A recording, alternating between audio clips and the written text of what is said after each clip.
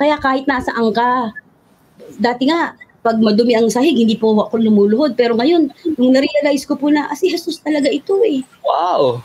Diba? Yeah. Galing. So, kahit madumi, kahit sa lupa, luluhod ka eh. Si Jesus to eh. This is the creator of heaven and earth. In one snap, He can do anything He wants. Amen. Diba? In one snap, God can change your life. And God can change you. And I've realized one thing. Tinuro ulit sa akin ng aking spiritual mentor na, Candy, you stop praying about other people. For other people. You stop praying about them to change.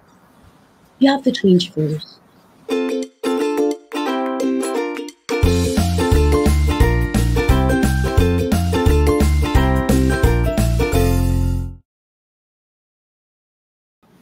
Even with my son Quentin, tuwing nagbimisa po ako, tinuruan po ako na pag tinaas ang host, this is the most powerful part of the Mass.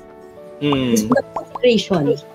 So, pag tinataas po yung host, parati kong sinasabi, mula ho nung bata, tinuro sa akin ng spiritual mentor ko to, so parati ko pong binabanggit,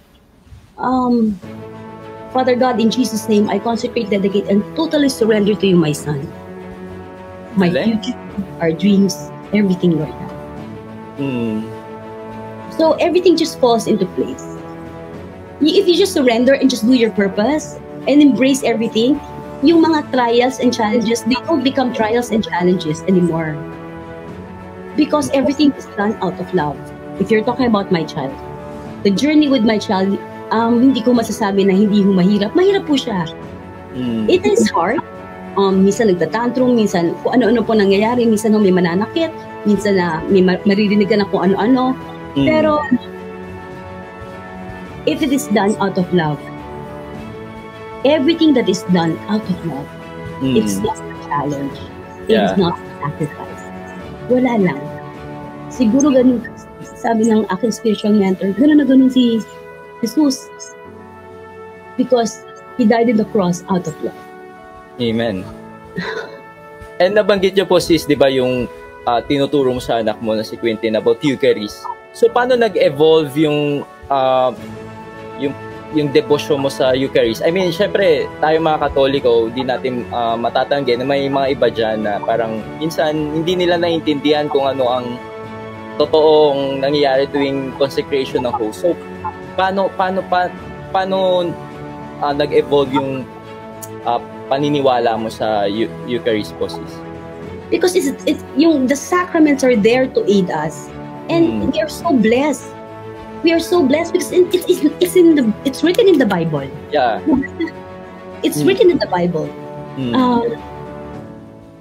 Yung sharing and the part of the Mass, the consecration, nagiging katawan ni Jesus na pumapasok sa akin kahit makasalanan ako. Kaya nga, meron tayong Lord, I am not worthy, diba? I'm not worthy that you should enter under my roof, but only say the word, and I shall be. I mean, it's such a great opportunity. Kaya kahit nasaan ka, dati nga, pag madumi ang sahig, hindi po ako lumuluhod. Pero ngayon, nung na-realize ko po na, si Jesus talaga ito eh. Wow! Diba? Yeah. Galing. So, kahit madumi, kahit sa lupa, luluhod ka eh. Si Jesus to eh.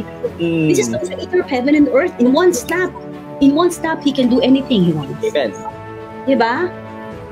In one snap, God can change your life. And God can change you. And I've realized one thing. Tinuro ulit sa akin ng aking spiritual mentor na, Candy, you stop praying about other people. For other people. You stop praying about them to change. You have to change first. So I had to fix myself. Ako mismo. I had to change.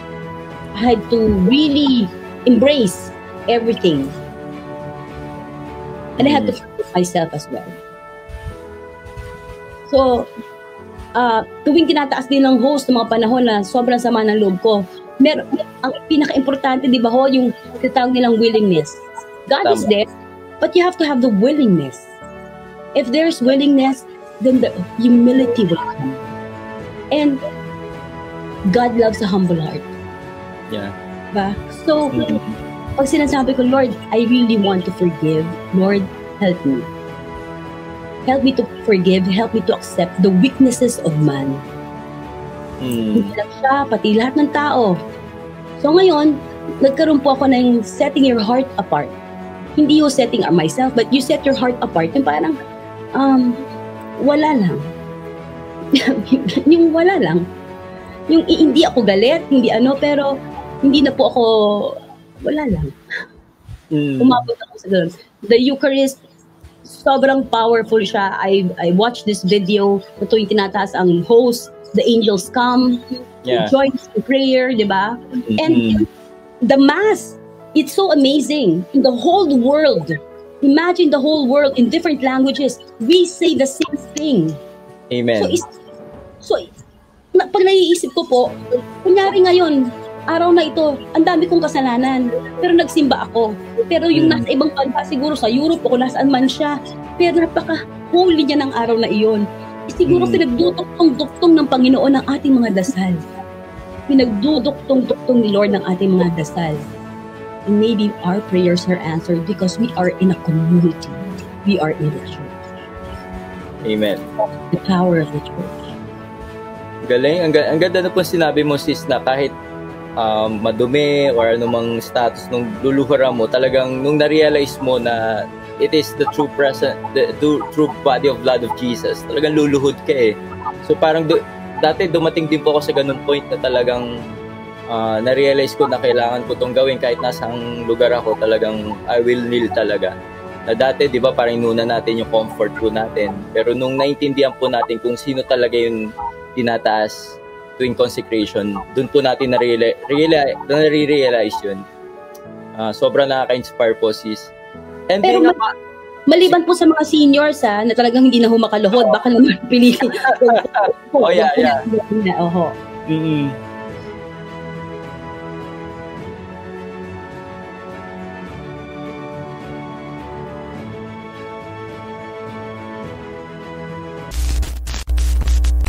Hi, my name is Bo Sanchez. Do you want guidance for your financial growth? Alam ko, meron kang mga financial dreams. Meron kang mga pangarap sa buhay. Gusto mong tumulong sa mga mahal mo sa buhay. There are certain dreams that you have and they require money. Gusto mong mag-donate sa simbahan. Ang dami mong kabutihan na gusto mong gawin.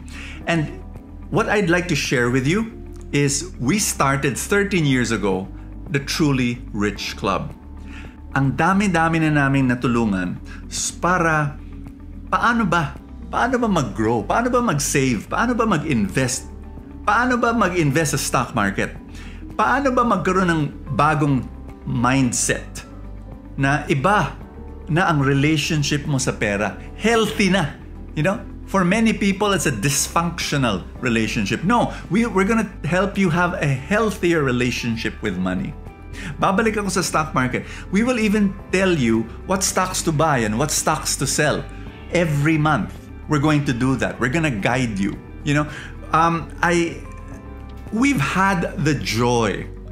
Now, for the past 13 years, marami na kaming mga members na nakita namin nag-grow sa financial life. Yung iba, naging milyonaryo na at multi-billionaire after years of investing.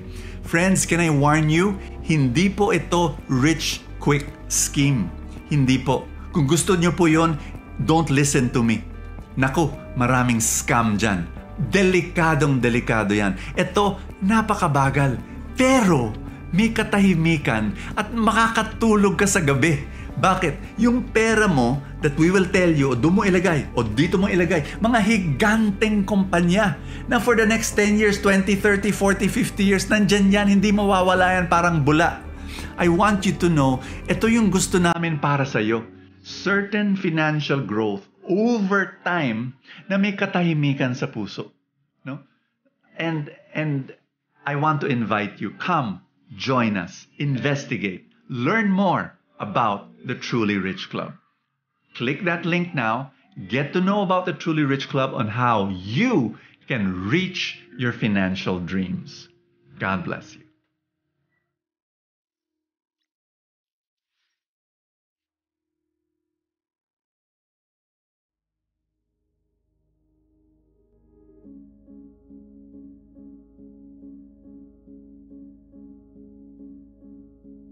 So that's it. Thank you for watching this video. I hope na na-bless at na-inspire ka dito sa aking vlog.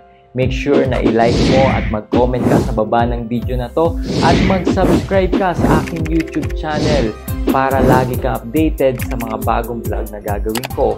At huwag mo din kakalimutan na i-like ang aking page.